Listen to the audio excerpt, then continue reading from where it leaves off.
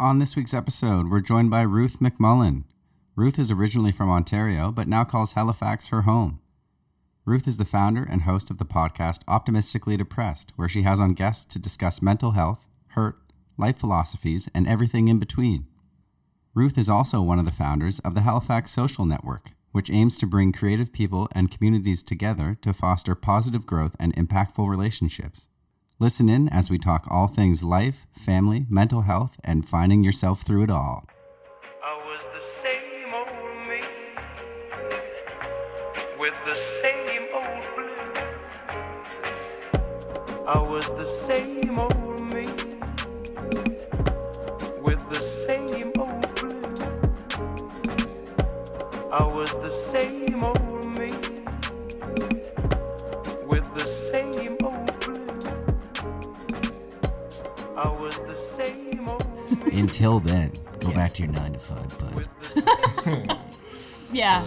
Oh my gosh. Trying to balance the family and then have like any kind of life outside of that is very difficult. I know. I want to hang out with you all the time, Ruth. Where's your life? I know. I got to Where is schedule my you life? for the podcast for that to work. Yeah. Here we are. And now I'm going to go on your podcast so we can hang out some more. We can hang out some more. And we just got a trampoline. We'll have it set up so we can go on that after. Yes. Yeah. You're welcome as well. I'll jump on the trampoline the whole recording. Yeah. It's here in the background. Yeah. It'll be good. Trampoline, podcast, dip in the hot tub. Oh my goodness. Except we'll have it cooler because it's hot out now. Talking about no life, like you don't need to leave your house. I don't need to leave my house. That's why I'm just kind of like, why would I? Big, beautiful ever leave backyard. this? It's sunny. You got, so you still have, so kids are in school, or you have 3 kids. I have 3 kids. Are they all in school? This September, all of them will be in school. Or yeah, this summer, all 3 are home. This summer, all 3 of them are home. Oh my gosh. How is that? It's good. They're not listening. They're not listening. The thing is, this is what I was thinking this morning. So, first of all, I need to have time by myself. And that's really difficult to do when I'm at this, when my kids are at this strange age where my oldest one, like, she wants to stay up later, and she can. She's 9 years old, so she's getting to that more independent, like, can actually be awake in her room and we don't know it kind of thing. But then she's still kind of young enough that she's still, like, that she, you know, when it's time to actually go to sleep, she gets a little bit scared, so she wants somebody to help her, like, just kind of sit in with her. She has, like, a lot of anxiety. She's pretty open about it. And so one of us has to be up kind of late with her to help her get to sleep. But then our youngest, who's 5, still goes to bed early, like falls asleep early. So then he's up early. So if I want to have any alone time, Small window it's there. a very small window. And so I tried for it this morning. I tried to go to bed nice and early. Then, of course, a child woke me up in the middle of the night. And then another child woke me up 3/4 through the night. And then my alarm goes off. And my youngest is standing beside my bed looking over me. And he was just like, no, I didn't do it. So I can't even, see, I've gone off track. Oh, yes, this is what I was thinking of, though. So I journal a lot. Mm-hmm. And I was sitting there, I was thinking, like, what is it that I need to accomplish in order to feel like I'm happy? You know, and I know that happiness is like, and people like to, you know, define the difference between happiness and joy and all that kind of thing. But let's just ignore that for now because it actually drives me a little crazy. I've heard it so much. Yeah. But we're all just kind of, you want to have a good enough balance in your life where you're accomplishing things that you want to accomplish in order to get to that happiness you're wanting to have later, which it requires you to do a lot of work that you don't want to do. So you need to, like, you know, put that in that time of the stuff that you don't want to do. But then there's also, like, you need to be doing something that makes it so that you're like, oh yeah, but this is why I like living. And I have depression. That's what my podcast is kind of born out of. What's that podcast called again? Depressed? It's called Optimistically Depressed. Of course. Yes. And it's kind of, so I'm kind of trying to navigate that. Like, as it turns out, like, my depression is actually kind of serious. Like, it's a bit, to give you a little bit of an idea of where I'm at. generally when people are diagnosed with depression, they are started, usually, this isn't always the case, but usually they're started on this drug called escitalopram oxalate, or just escitalopram, and it's 10 milligrams of it. And then that generally takes care of it. So I'm on 30. Mm-hmm. Is that the max dose or a high dose? It's high. Okay. Like, Yeah. it's kind of like it's taken me a while to get to this point, but I just keep going back to my doctor, and I'm just kind of like... How long have you been on this path with that drug? So it's coming up to 2 years. Okay. And I'm also on another drug to kind of help, because like this other drug makes me really, it makes me drowsy and unmotivated. So then I need another drug to help me with that. So I'm like taking a cocktail of drugs every day. And then I'm like, you have to exercise. And so I'm doing that. I'm trying to stick to a schedule, which is difficult to do when you have things kind of like kids change things up. And I just got a dog, and I'm like, he's a therapy dog. Oh, amazing. What kind of dog? He's a Shih Tzu Chihuahua. Oh my goodness. His name's Picard. Amazing. Because I'm Named a huge after Star Trek Captain, fan. yes. Captain So Picard. therapy dog, is that adding another responsibility and pressure, or is it? Well, kind of, but what he brings to me outweighs it. That unconditional love? That unconditional love. Yeah. And it's like, I'll do this for you, and then you're just happy. Yeah. And then like you're not being like, yeah, but why didn't you do this? Is that, do you get that a little bit from Yes. others in your life? From Yeah. others in my life, yes. From my children, yes. Yes. And A human thing, I think. it's a human thing. We do it to each other. We're all jerks. Absolutely. Yeah. So, Even you do it. absolutely. Sid? I'm just making sure she's human. I our don't know. guest. She seems She's not a robot, folks. superhuman. I'm not a robot. I am a human, and I am a jerk. Right. I haven't seen it yet. I just haven't spent enough time with You haven't spent enough time with me to see the Yeah. jerk come out. I But hope to. I can't wait. They're the most positive, exciting, just joyful people in my life. I feel like I know that they have these other sides that I want to be able to see that too. I feel like it's so important, the balance. But do you keep that hidden from the world typically, your other self? it's not really intentionally, or I'm so used to hiding it that it just happens naturally. Because we're all, and I think that's probably true for all of us. We're so used to hiding the dark side of us, but it's definitely there. Right. And as a people pleaser, I mean, that side isn't going to really benefit you to make connections and make people happy. Do you feel that way, or? Oh, yeah. Yeah, I was thinking about that this morning as well. Like how, if I want to really step into who I am, then I am going to have to start being okay with not pleasing everybody. I can't be everyone's friend. Would you say you're a perfectionist? Yes. Yeah, a lot of pressure there. And it's crippling. I'm a perfectionist to the point where I can't keep up with it, and then everything just falls apart. So, yeah. So it's something I'm working on. I'm aware of it. Yeah. Well, I don't know. Tell us, Ruth, how you working on it? What are some of the steps you've been taking? Okay. So when I finish cleaning the house, my kids immediately mess it up, and I have to so there would have been a point in my life, it's still here kind of, where I would just look at it and I'd just be like, Gah! And there'd be how this Popping. little pop in your head. Yeah. Yeah. It's like something actually broke in there. Yeah. And then oh my gosh, I carry my stress in my butt. So it actually got to a point where I got sciatica. Oh, wow. Yeah. So this was when it first struck a few years ago. A bunch of stuff was happening. I wasn't on medication yet. I was highly a perfectionist, and these things were falling apart. Things I had no control over were falling apart. And so I held it in my butt. Yeah. And one day I was walking up the stairs, and all of a sudden I got up to the top of the stairs, and I was like, I can't walk. And I was going to work, and I stumbled into the office, and I was working at church at that point, and I was just like, my ass hurts.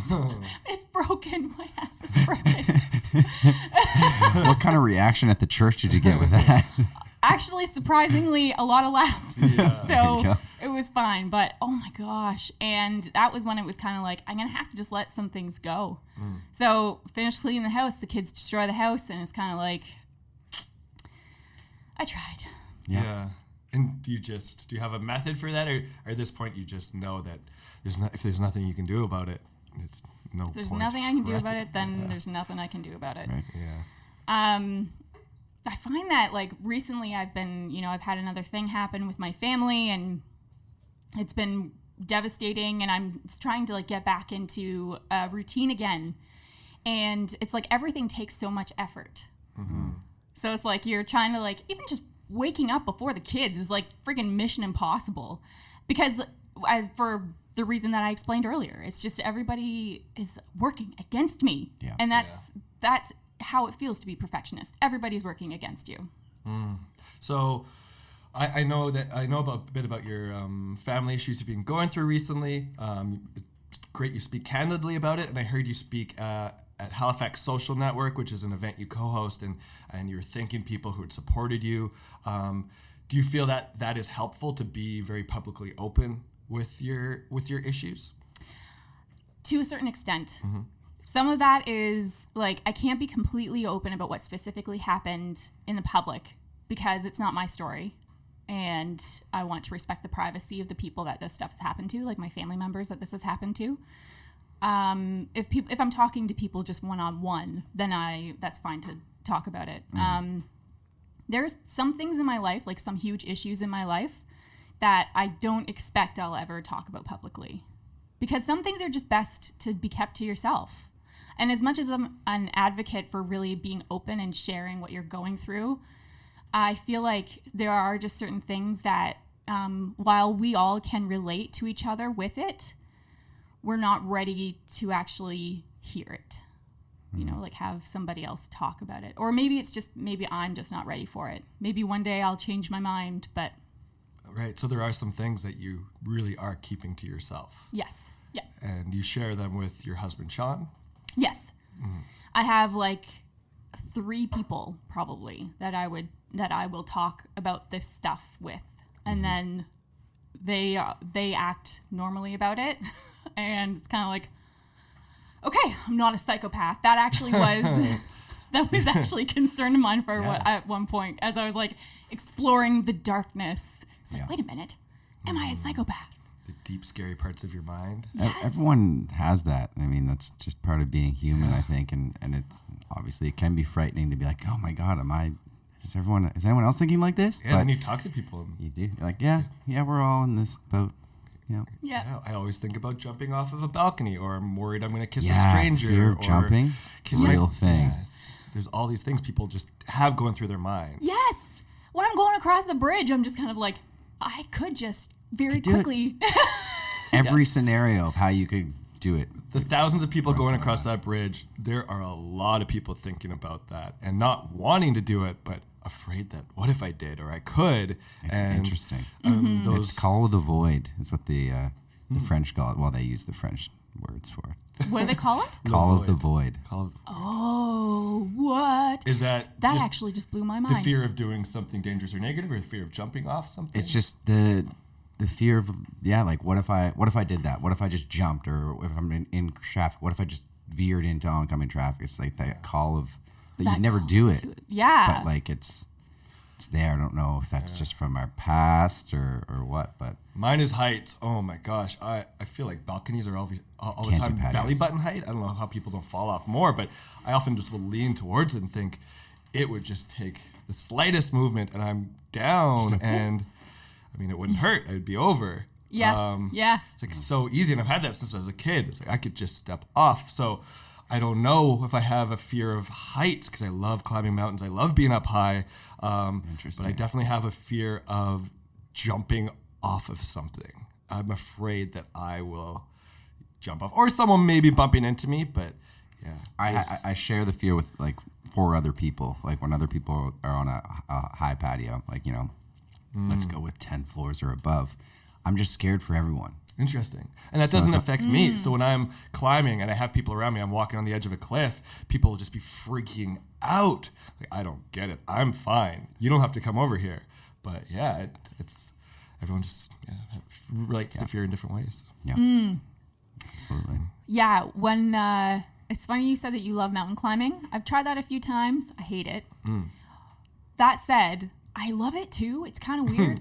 But there was this mountain that we climbed, the Chief in BC, Squamish, and there's this part at the top where the rock just drops straight down. And I went, and this was like this was the first time that I'd ever climbed anything. So, and it's not really that big. Like, it's not really that big of a mountain. But, I want to sell yourself short. Okay. It's high enough to die. It's high enough to die. The funny thing is when you're at the top of a cliff where it's a 3,000 foot drop, the farthest ever, it's so much scarier for some reason than a 300 foot drop. But either way are so horribly lethal. There's no coming back. But for whatever reason, the higher it gets, it does start to get scary, even though there's no difference once you're past that threshold. The higher it is, the more time you have in air to think about it. Shit. Like, this was a poor decision. I regret this. And I all of a sudden had the opportunity to see if I would be that person that would kind of like sit on the edge and dangle their feet over the edge and that kind of thing. And I did. And it totally freaked Sean out. Sean was like, he was like, no.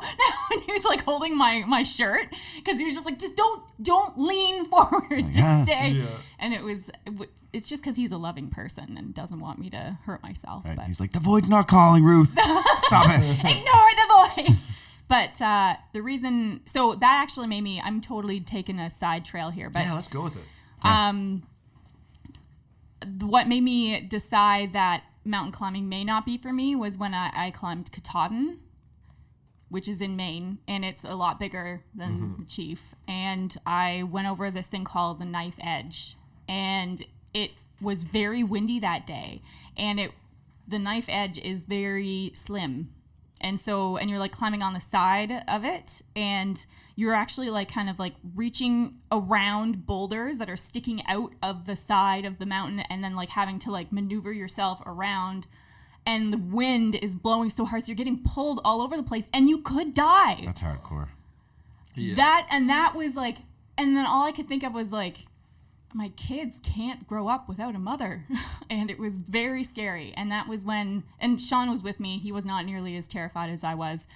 And it was annoying how not scared he was.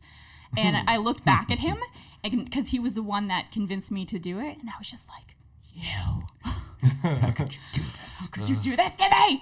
You made it seem not scary. Yeah. So that was the last mountain you were on? Yeah. Okay. But I feel the void calling, and I want to go back. I feel like there's a big difference for me not having kids and why I'm able to walk on the edge of cliffs, because the only thought that's really that's penetrating me is like, if I fall off this cliff, poor Mark has to go back to coasting with Ben, and it's going to be, you might as well do them the same again. Sounds the same. But yeah, I think kids make such a difference. Even having a partner or a business or anything, yeah, it's hard for those people. But when you have kids, did everything change? Is your whole life different?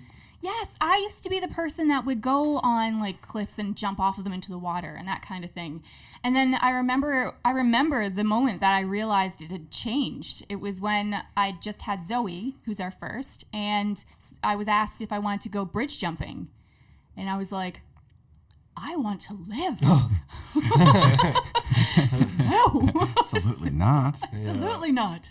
Are you still able to have fun? So you've talked about this big schedule and these gaps you have between your kids. So right now you have to get a babysitter to come here. Yes. Because your husband's working. Mm-hmm. Do you get fun in? Do you get a night out? What is your fun that makes you feel kind of like you were before you had kids? We surprisingly go out more than you'd expect. Yeah. So, because we have the Halifax Social Network. By the way, shout out Halifax Social Network. Amazing. Yeah, right. Thank you. And we have a lot of friends who don't have kids, and so they're like, hey, want to go out? And then we're like, yeah, let's figure out something. And to Toys R Us? Yeah. Yeah, Ruth, I am free literally every night. You pick one. Let's go. I'm free. You're free? Yeah. Let's do it. Yeah. Okay. We're building the trampoline tonight. Come on over. Perfect. We're gonna set up the sprinkler underneath it and jump in it. Oh, that sounds amazing. Yeah, That it's is not just amazing. for the kids. It's Right. for everybody. It's not for the kids at all. Yeah, we didn't get it for the kids. That sounds like fun. Yeah. And we have a lot of people coming over, and I find that I get away a lot when I can just write. I like to write, and so that's my mental escape. Do you share what you write? Some of it. Yeah. Yeah, I've seen some of your quotes and some of your deep thoughts, and I feel like so much of it's so empowering. I know you're sharing a lot of the really positive stuff, but I've seen you share some dark stuff too, which I think is so helpful for people to see such an intelligent, seemingly well-adjusted, cheerful person who has this side too. Like you talked about not sharing those deep, dark secrets. Sure is. I think it just normalizes it for so many people. And I've seen you post online, and then people post as well. They're like, yeah, so do I. Oh my gosh, thank you for sharing. I feel this way and this way. And yeah, we all have some darkness that we're hiding. Absolutely. And I think now with social media, where on Instagram particularly, there's a lot of people who are just, putting their best life, and we're all guilty of that. And we just naturally scroll through and assume that's just an everyday thing that people are doing. And there's got to be that other side of it. Yes. There's got to be. And there is. And it's important for people like yourself, Ruth, to share that. So people are like, you know what? It's not all daisies and butterflies over here. Yeah, I want everyone to know that you can keep your same friends, businesses, likes, whatever on Facebook, and unfollow people nobody knows, or they won't know, but you can choose not to follow negative people on your feed. So I've kind of curated my feed. I don't go on Facebook too much, but I got way back into social media through business because you have to be. Yeah. And now I have so many people hidden. If they post one thing or a meme or something that just isn't interesting to me or isn't something I need in my life, then I unfollow them. So, you can also star people and have them show up all the time. So Ruth, whenever I log in, my Facebook knows I want to read your most recent post. Even just a week ago, it's like popping up on my feed. Yeah, mine's just, it's not just like a timeline of as it happens. It starts to get to know you when you can control that. So I'm controlling the positivity coming into my life. I love that. Yeah. Engineered positivity. Yeah, I don't care what some people are doing, and they shouldn't care what I'm doing. It's interesting to I used to run into people all the time from high school. I'm like, oh my gosh, you're doing this, you're doing this, you're doing this. And now I run into people and they have no idea. I have to catch them up on everything because people aren't necessarily always following everybody anymore. I feel like they were, but... I think that's a good thing. Like I found it so weird when Facebook and Instagram first came out, and you'd be able to find out everything about someone, and you go meet them, and you're like, I'm gonna pretend that I know nothing about you. Let's have this weird conversation now. Like, where you pause because you're trying to look for the word, and I fill it in because I know exactly what you're saying. Right? Exactly. It's a weird little, I don't know, juggling act that we've got going on here. Absolutely. So it sounds like you have a few outlets which are really amazing and empowering you. I want to hear more about your podcast. Let's get into that. Okay. How did that even come to be? How did that start? Oh, this is a cool story. Okay, so I'm going to name drop. And for the longest time, I've tried to tell the story without name dropping. And I've decided that instead of that, I'm going to own it because it's really cool. This person is spectacular and honestly helped change my life. So, back in October. So this last year. 2018. Adrian Grenier, who is have you heard of Entourage? Have I heard of Entourage? The main guy from Entourage? I know. I wish Ben was here actually because that's his favorite show, and he was an extra in one of the episodes. What? One time. He's down in Los Angeles, yeah. Oh and he looks like he could be your brother. Is this where we're going? Adrian? Yeah, you guys look a little He alike. totally does. Yeah. Yeah, it's weird. So he was in town doing a movie, and we ended up meeting at a film festival. So Sean is a bigger fan of Entourage than I am. I think that's kind of typical. Guys tend to be a bigger fan than girls. Mm-hmm. And so I saw him, and I was like, Sean's gonna lose his mind if I send a selfie with this guy. So I go over. I didn't even know his name. I had to Google it. Hey, Vincent. Yeah. It's like, Vinny. You, Entourage guy. Can I get a photo with you? My husband will lose his mind. And so we did a selfie. I sent it to Sean. Sean was like, what? And then Adrian and I started talking, and he was like, yeah, I don't really know anyone in the city. I have like nothing to do. And so I was like, well, if you want something to do, like, want to go out to dinner with us tomorrow night? And he was like, yeah, sure. Of course. Why not? Right? And so then we end up going out to dinner. It turns out the three of us become pretty good friends. He invites us to go on set with him. Sean can't because he's working, but Sean's like, Ruth, you got to make this happen, baby.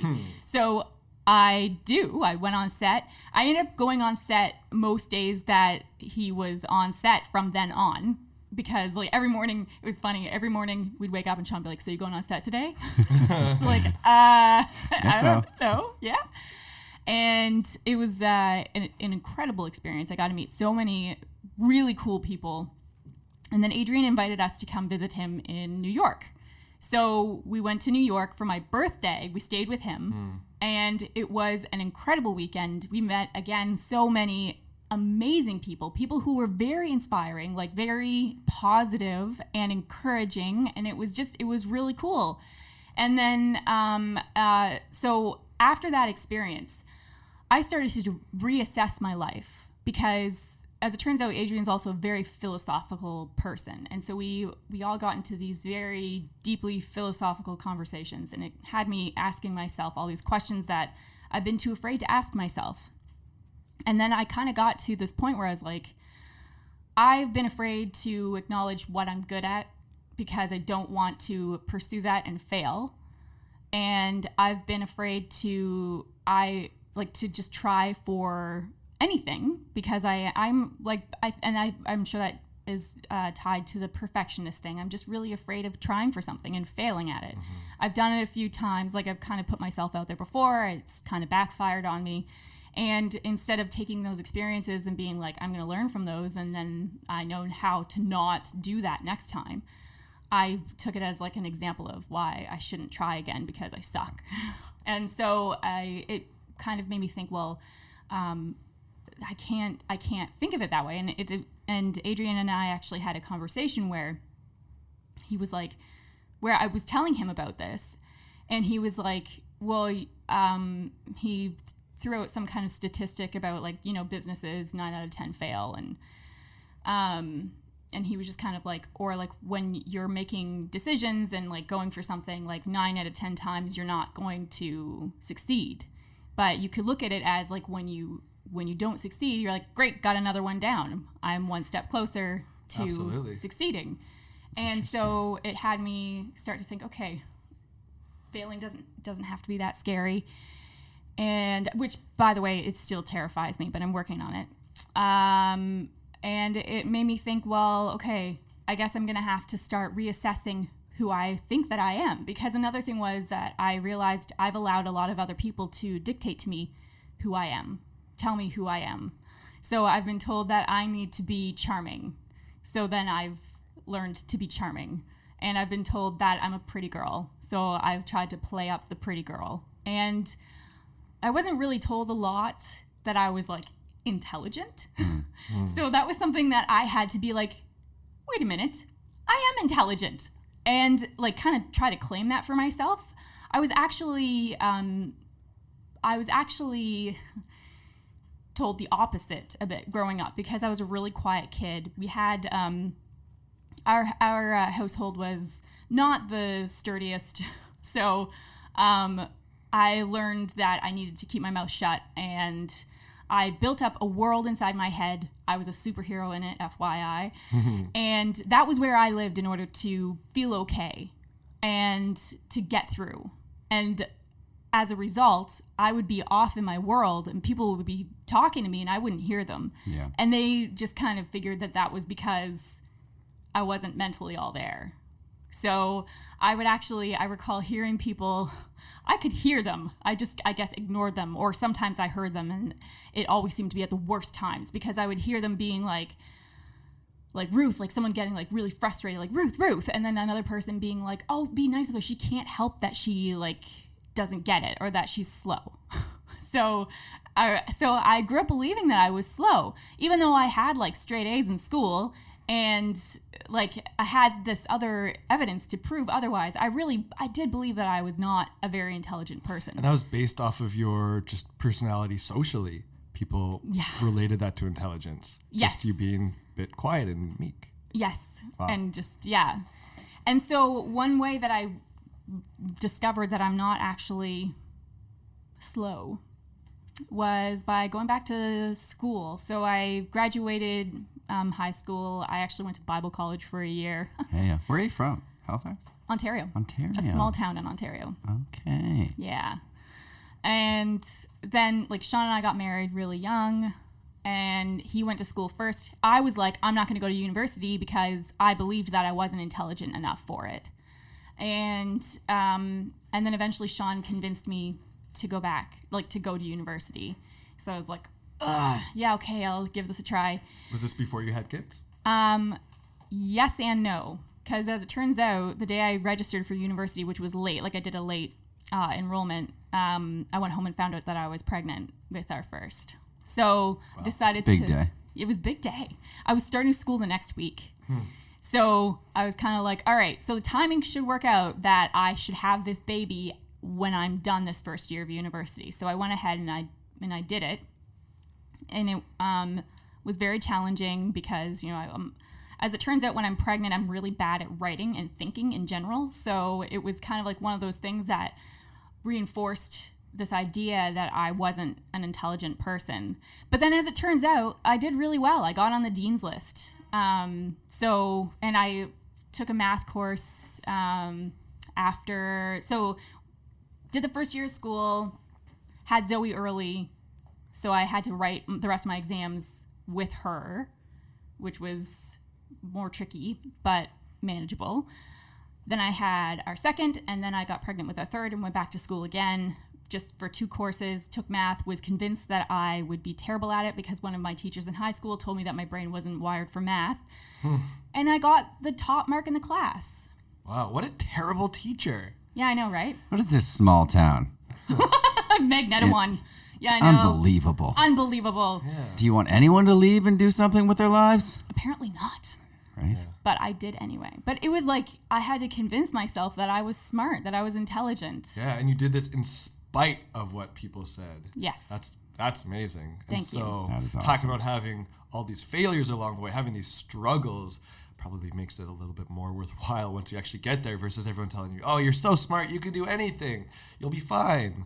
And then you do it, and you're like, yeah, I did it. This is the opposite of that. Yeah. And I don't mean to like downplay my family or anything like that. They were, I actually have an incredible family. But it was one of those things, like there was so much going on. Like my dad, before I was born, like had been diagnosed with schizophrenia and bipolar disorder. So there was so much energy and focus going into what was going on with him. Like, of course, other things are just like, you're not going to think of doing those other things. Like, you know, letting. And did you have many siblings? Because I mean, most big families, I mean, some kids get forgotten about for a few days. That's the way it goes. Those are the quiet ones. The quiet ones. There's just 3 of us. But, you know, my mom and dad divorced when I was 6. Mom was doing this on her own, and she had to work a lot in order to keep the household up and like keep us fed and all that kind of stuff. So it was just, she didn't have the mental energy at the end of the day to like go over all of these issues. She did her best, and she did a pretty good job, I must say. Yeah. I mean, look at me. You are killing it right now. That's fair. Right? Oh, thanks. Yeah. But I definitely, I carried that with me, and I still every now and then I'm kind of like, I'm a dummy, you know? We all have our moments. Yeah. But now you're surrounded by people in your life that'll say, shut up, Ruth. Yeah. That is You're wrong. smart. That trap. That's the dumbest thing you've ever said. Yeah. There you go. Exactly. Sean's been huge in that too. Like, he's always been like, you're an intelligent person. Yeah, if we could all have a partner like Sean, I feel like, if you have anything negative to say about him, I've only ever seen positive. He seems like must be the best husband. He pretty much is. Yeah, pretty much. Yeah, pretty much. Every now and then he leaves the lid off the toothpaste. What? Oh my gosh, yeah. Then it gets all crusty around where the screw thing is? Yeah. I'm guilty of that. Oh my gosh. And if that's the worst thing he does, I don't know. He sounds like a phony. There's got to be worse. Sounds like a phony. He's just a phony. Gotta get Sean is amazing. We're going to have him on the podcast at some point too, but Yeah, he's amazing. I don't know. He's the person that pushes me to be better. He's always like, you can do better. And I'm like, no, I can't. I'm dumb. And then he's like, no. That's the dumbest thing you ever said. That's the dumbest thing. How long have you been together? So together and not married, or like together in I feel general? like marriage is just a transition in your relationship, but like just together. Just together. It's been I think coming up to, I think it's been 14 years. And you feel like then once you're married, does that really change things? Because do you count those years as more important? Well, yes, we grew up in a Christian household, so you can't like be together until you're married. Right. Which is why we got married when we were 19. Okay, so yeah, you Thinker. hadn't lived together Not yet. slow at all. Not slow at all. There we go. Okay, how old were you when you met? 17. 17. Okay, so yeah, 2 years waiting, but you're young at that point, so Yeah. yeah, waiting for each other. That's the one. Yeah. Yeah. And he's from that small town as well, then. No, he's from out here. Oh, okay. So he ended up going to the same Bible college as me, which is like Peterborough, Ontario. The year we went, I think there were like 40 people in the entire college. It was very small. It's actually been shut down. Yeah, I was gonna say it's probably not 40 Not anymore. No, it's not around anymore. Do you have any words of wisdom for anyone who is in a relationship for a few years, maybe 5, 6, whatever, trying to get to 14? I imagine there's got to be some struggles along the way. Oh, yeah. It probably takes more than just picking that perfect person. Because like you said, no one's perfect. The toothpaste lid thing. The toothpaste lid thing. Right. Oh, my gosh. So how do you navigate those struggles? Okay. This is what I've learned so far. I'm going to tell you. I'll tell you honestly, and Sean would tell you honestly too. We hit a patch in our marriage where it was so rough. Like, it was really hard. And how many years in was this? That was about 5 years in. Okay. And it lasted for a few years. Like, it was really, really rough. And I think it was because, part of it was because we were still growing into ourselves. Like, we weren't ourselves when we got married. We were still kids. Yeah. And so that was a huge part of it. And then another part of it is like, you gotta stop trying to hold this person up to this like perfect being, because like you really do have to realize that no one's perfect, and your role in that relationship is not to remind them of every way they screw up, but it's to be like, yeah, you screwed up. That's natural. And I still love you. And I know that you can do better. Like, it's not like. So this mindset you have now, which is just so brilliant, there's so much self-aware and empathy. It sounds like for a while that wasn't there, and you were expecting a lot more from your partner. Absolutely. And vocalizing that and holding them accountable. For a while, it was silent. Yeah. And then like all that like resentment builds up. That lingering silence. Right. Yes. And then it exploded. And because Sean is such an incredible human being, instead of taking that as like I don't know, I honestly don't know how he did this, because like this was like before I was on medication too. I had some serious depression, was not aware of it. So when I like got to a point where I was like, I just let everything out because I couldn't hold it in anymore. I imagine it was pretty scary, because like, I just let it all out. I don't even remember everything that I said, but I remember it was like, there were just a few instances where all of a sudden I would just blow up. And he managed to take it as like all right, well, I can only go up from here kind of thing. And like, we can only get better. Wow. Yeah. Were there any thoughts that maybe you weren't right for each other anymore at that point? Oh, yeah. Yeah. Yeah. Is that something you had talked about, or was that internalized? That was internalized at the time. It wasn't until afterwards that we were like, yeah, I was totally like freaking out. I was thinking that we weren't right for each other anymore. It's Right. like, I know, me too. Oh my gosh. That is a scary thing to say outside to your spouse. Yes. Because if they're not feeling that same way, they'll never forget that. And if they are, then the fear of ending a marriage or relationship is it's mortifying. Yeah. Oh my gosh. Yes. Yeah. So I don't know, I think some of it's kind of like we were just lucky. Luck. But I think that's Oh, super to luck. inspiring. Oh, to luck. Yeah. Because I mean, you mentioned it was a kind of a 3-year struggle. Yeah. A lot of people would give up and say, well, yeah, this is not the right person for me. So how did you realize that you're not going to give up and this is the person for me? It's actually kind of a funny story. This is what I had a humbling experience. So for me, what happened was I got in a car accident. It was my fault. And it wrote off the car. And I felt like such an idiot. And I called Sean up and he was like, "Are you okay?" And that was his first question. Yeah. And like that could have been such an invitation for him to rip into me. Right. And he didn't. He was just concerned about if I was doing okay. And then all of a sudden I was just like, oh my gosh, like I messed up.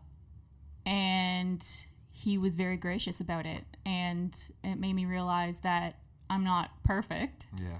Which is to say that. It's so funny. You should see Ruth's face right now.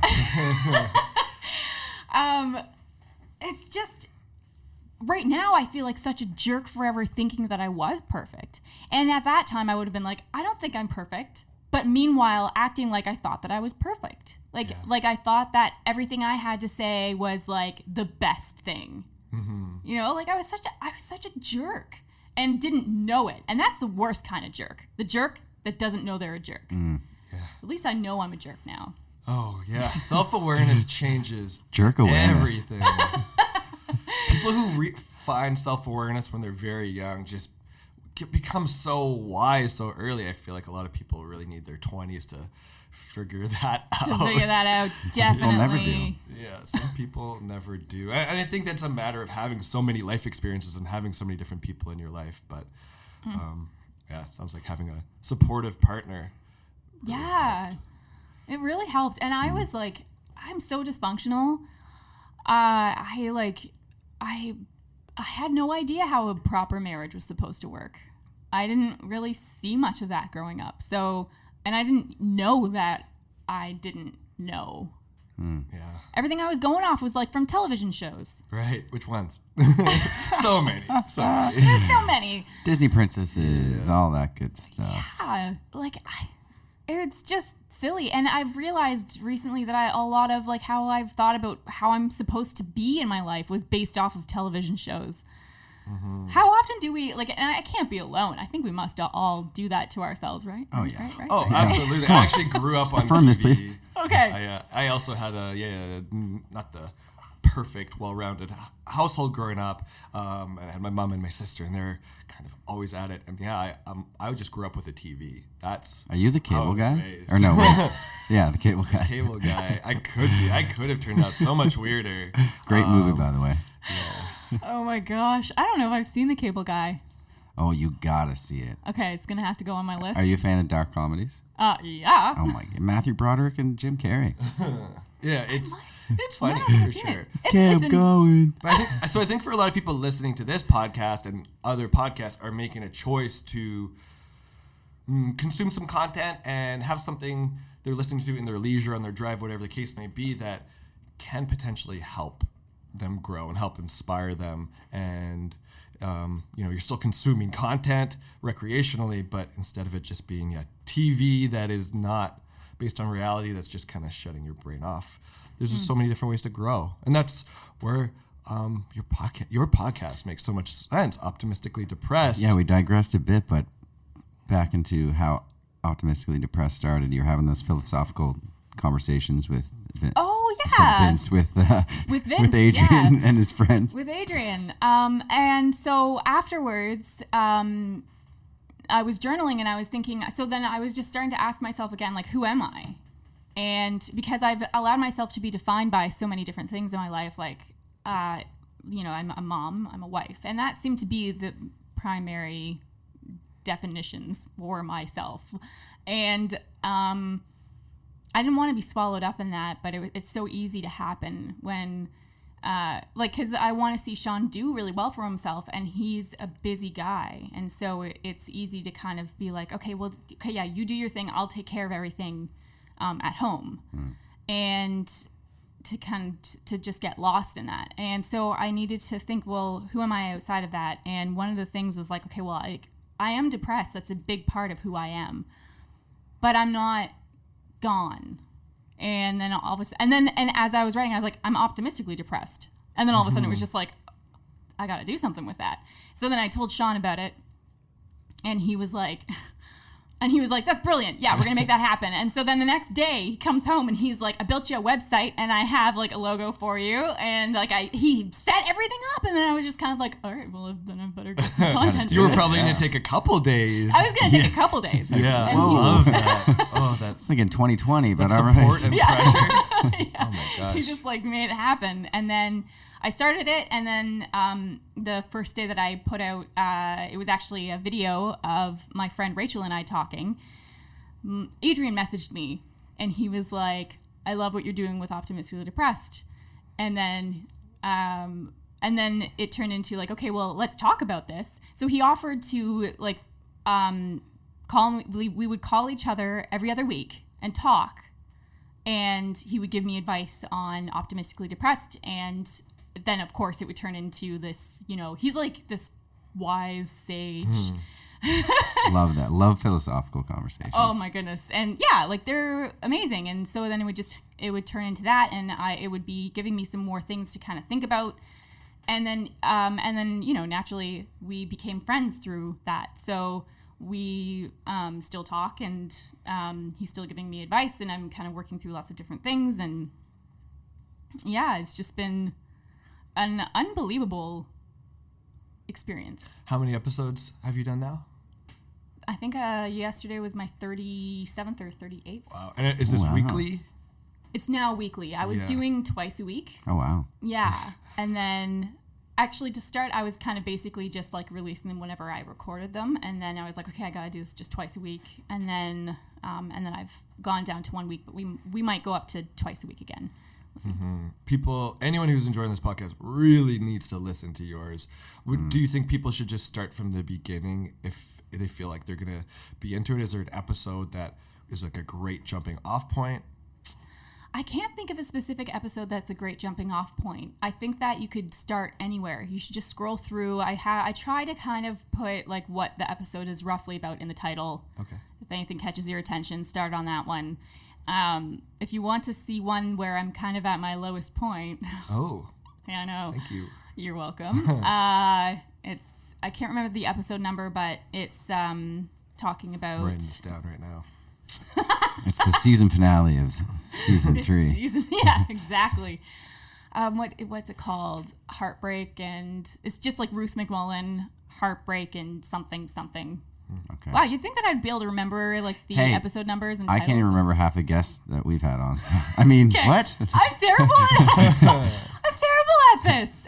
But it's just instead of Optimistically Depressed and then another person's name, it's Optimistically Depressed and my name, and it's a shorter episode, and it's kind of talking. Oh, is that like the separate thing that you're doing now with like Ruth's Ruminations? Oh, actually, that was before Ruth's Ruminations. Oh, but right, yeah, because that's a new thing. Yeah. That's a new thing. You have done your research, sir. Spoiler alert. Yeah, it's a new thing that I'm trying out as well. Okay, and is love that the title. in the same light of you're on your own and you're just kind of Yep, just me talking. just talking, shooting the shit with Oh yourself? my gosh. Exactly. Yeah. We're jumping in here to just kind of make it seem like a whole full conversation, but yeah, we don't need to be talking. Ruth, you could just keep going. So Ruth's Ruminations, that sounds great. That is so kind of you to say. Yeah. I think Sid's overheating. Love. Yeah, love to hear your voice. got heat for stroke. sure. Oh, that's great. I'm wondering, Did I off the- say that weird? We're gonna cut that whole part out. No, I don't think we're gonna cut anything out. It was beautiful. It made me feel warm. Yeah, I feel warm. I'm cool enough to We're have all some feeling warm. soaking. I can feel sweat dripping down my back I'm right excited now. for a goodbye hug. It's gonna be slippery. We're gonna go in for the hug and just be like, whoop, Just fall that's over. great. As you said, you've been through 37 episodes now. Is there anything off the top of your head, any lessons learned? Now, we won't name names because every guest is just as important, but any kind of lessons that you've learned that you didn't really think that you'd learn after starting this? Oh, that's a good question. You can take your time. We'll edit out the silence in the middle if you want. Edit out the dead space. 30 seconds of silence. Oof. Oh, wow. Yeah, it doesn't have to be about a guest. You take it however you want. What you learned about yourself from podcasting, what you learned, what what it's done for you, I guess. Yeah. Anything. Yeah. Make it your own. Well, one thing that it really did for me was it helped me realize how little I know myself. And it also helped me realize that everyone has a story, and everybody has a piece of wisdom that they can actually pass on to you. And that was actually a huge thing for me to realize, because it was something I really didn't believe about myself. So to see that all of these people that I've been able to have on my podcast actually have, like, each one of them have like some piece of wisdom that only they have, because they learned it from their specific life experience, and then they actually managed to pass it on, and they passed it on to me. I managed to be there when they spoke this piece of wisdom, and then it just kind of helped me realize how stupid I am, but also how... You're not stupid. Right, I'm not stupid, but I'm a little stupid, and just a teeny bit stupid. But I've kind of stumbled into this like gold mine. Like now I have the opportunity to learn from all these people. Right. Yeah, that's why so many people get into the kind of podcast Mark and I are doing, so that we can interview amazing people who are doing amazing things. And it's crazy the people that want to come on our podcast now. I never set a date to meet up with Ruth, but she's like, oh yeah, I'll come record the podcast with you, and just listen to her talk for an hour. It's great. Has it been an hour? And time flies. We're gonna keep going. Time does fly. But I mean, there's that's a lot of banter. the thing, why, another reason why we started this. I mean, I'm 30 now, but I spent the last decade just trying to fit a square peg into a round hole. That's the only way I can really put it. I went to university after high school, did science, business, fucked off, got kicked out of Dalhousie 3 times. Seriously? Yeah. Dude. Then went over to NSCC, did the marketing diploma, business diploma. Had a lot of fun. Okay. But still, this isn't, I want to do something for myself, but ended up getting a marketing job just over a year ago, just an office job, sales job. And I was a ball of anxiety. I was going home and just crying. It just felt so unnatural, so wrong. So I was like, I've got to figure out those people that felt that same way in that type of environment and decided to do their own thing. So you're doing your own thing, Ruth. We appreciate you stopping in. Oh, Yeah. Thank you. I really appreciate both of you having me here. Absolutely. But before we get out of here, Ruth, any exciting events or anything going on in your life that the people should know about? That the people should know about? I definitely have things going on in my life. See, I like to be, it's funny, I feel like I'm making myself out to be this person that is known for being open and like talking about everything that's going on. I think that's the impression that I tend to give. Yeah, you do. The average person, I suppose, would be like, an open. that woman's an open book. Yeah. Yeah, but I'm actually really secretive as well. And so I have something that I'm currently working on that's Don't spill the beans. don't spill the beans. It's a big thing for me. Okay. It's definitely, if I pull this off, it'll be something that will be definitely proving to myself that all of the things that I've believed about myself in the past are not true. When you pull this off. Oh, you just changed that up a little bit. And it's one particular thing, It's make or break. Yes. Ooh, that's a lot of pressure. I know, it's a lot of pressure. And, I could be sitting here talking about it, and then no one will ever know what it was because it didn't actually pan out. Do you feel now that you're saying it, there's a bit of accountability? Yes. Speaking into especially when I existence. see you next week and I say, how's that big thing going, Ruth, that is live on the air forever for everyone to know about, expecting that big thing? Because it's going to be released to the world. It's going to be a big thing people will know about, or is it a personal thing? It'll be released to the world. Okay. Do we have Yeah. a timeline that we can kind of... Ideally, in about a year. Okay. Okay. All right. So we'll add the link in a year. Everyone prepare yourself for Ruth's big thing. Big thing. I'm sure I will hear about it before then. Is it something that you want to wait until it's real before you tell anybody? Yes. Yeah. And that is a really great way to do a lot of different things. There's a lot of successful business people that didn't tell any friends, any family members at all about their business venture the first year. Now they went out and found investors and they put their product to market and they started working, but felt that if you tell people, some people will give you potentially a negative reaction, or they'll put their own perception on it and say, "Oh, are you sure? What about this?" But if you know that it's something that's important for you, just do it, and that's yours. And it's more, you get more just joy and value from it if it's not based off of just getting recognition from other people. You know you're doing this for you. Look at that. Is that what you're thinking? Because that's what I'm thinking about. What he said. Because I have like a big thing coming up that I tell everybody about it. Like I workshop my ideas with people, and I'm like, yeah, they like it. It's important, but no, that shouldn't necessarily matter. Yes, that's a huge thing, and that's something that I've really had to learn about myself. That like I do have good ideas that are good ideas just by themselves. I don't need somebody else's approval in order for it to be a good idea. And that there are definitely things that I need to pursue on my own and not look for for the opinion of anybody else, because there are certain people in my life that I value their opinion, but I cannot trust that they're going to give me an opinion that's going to be helpful to me. So I need to just not tell them. It's important to recognize that. Absolutely. Okay, so people hear you talking on your podcast now, and you speak at Halifax Social Network so candidly. Is that something you think you see yourself doing more of? Would you do more public speaking? And I see you doing motivational speaking. Ooh. I would love to. Yeah, I'm sure I'm not the actually would first love person to. that's mentioned that to you. No. You should. No. You're not. You're not even the 20th. Because I wouldn't say that to somebody who wouldn't be good for motivational speaking. So I'm sure a lot of people tell you. Oh, you're right. Is there going to be places we can see you speak? Do you have anything coming up? Do we need to throw an event for He's you? really trying to get this out of you, whatever it is. I know. No, what is this related to Ruth's big thing? No, Is it? Yeah, throw me something. I'll come speak at it.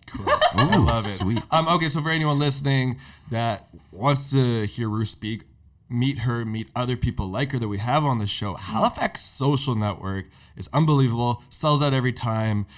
Don't worry, we'll get you in. This is a place for newcomers, people who've been here a long time, people who have great relationships, people that don't have any friends, Yes. freelancers, entrepreneurs, people working a job, people between jobs. I've met all of them there and have made so many good friends. That's where I met you, Ruth.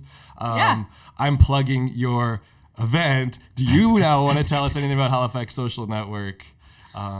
The Halifax Social Network has been such an inspiration for me, and it's definitely been something that's helped me realize that I do have more to offer than what I initially thought. There are incredible people there, and Such a positive environment. such a positive environment. And I find that it's something that you don't come into easily. Like, to have such an environment that you walk in, you could be having the worst day. Like this past month and a bit, like I was really in a dark place, and I went to my first one since everything happened just a couple weeks ago, and it was like, and I didn't want to go. I didn't want to go anywhere. And I showed up, and it was like, oh yeah, this is just a healing environment. Mm-hmm. It's like, because everybody is just there because they want to be, they're happy to be there, they're ready to listen. How often do you walk into a place and people are ready to listen to you? Every time I go to the Halifax Social Network. Hey-oh, there's the There we answer. go. So this Yeah. is really hard for a lot of people. How do you build these connections? How do I go to an event like this on my own? That's terrifying for so many people. Yes. So if you don't know anybody and you're scared, you can literally show up to Halifax Social Network by yourself. Ruth and Sean and the other founders will be there at the door. You can literally come up to Ruth and just say, I don't know anybody. I'm by myself. I wouldn't normally come to an event like this. This is terrifying for me. You say it however you want, and Ruth will introduce you to other people that are alone, or she'll introduce you to the right people, so you don't have to have that fear of just walking into someone's conversation. So this is what's so amazing and unique about this type of event. It isn't business networking or trying to show off something. It really is just for people who want to connect with other people. And that's what's so cool. Every single person there is open to connecting with other people. You can walk in on a conversation with multiple people and they won't be like, oh, I'm talking to my friends. No, this is why we're here. Please join us. Oh, who are you? Yeah, like, what's your story? Right? Yeah. That's it's awesome. And for someone like me who hates walking into public places by themselves because they just feel like all the eyes turn, you're like, I need to act like a human for a bit here.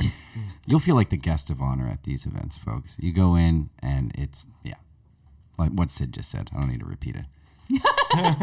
It's Ruth, do you want to repeat it one more time just so people really know? Really? Drive it home, Ruth. You feel at home. Yeah. That's right. Home away from home. And home is where the heart is, folks. Do you have a slogan? Is that the slogan? Is there a slogan? There is a slogan. It's when creative people get together, amazing things happen. I might have actually gotten that wrong, but it was something along those lines. It's whatever you want. Come there with that in your mind, and there's a good chance you'll find it.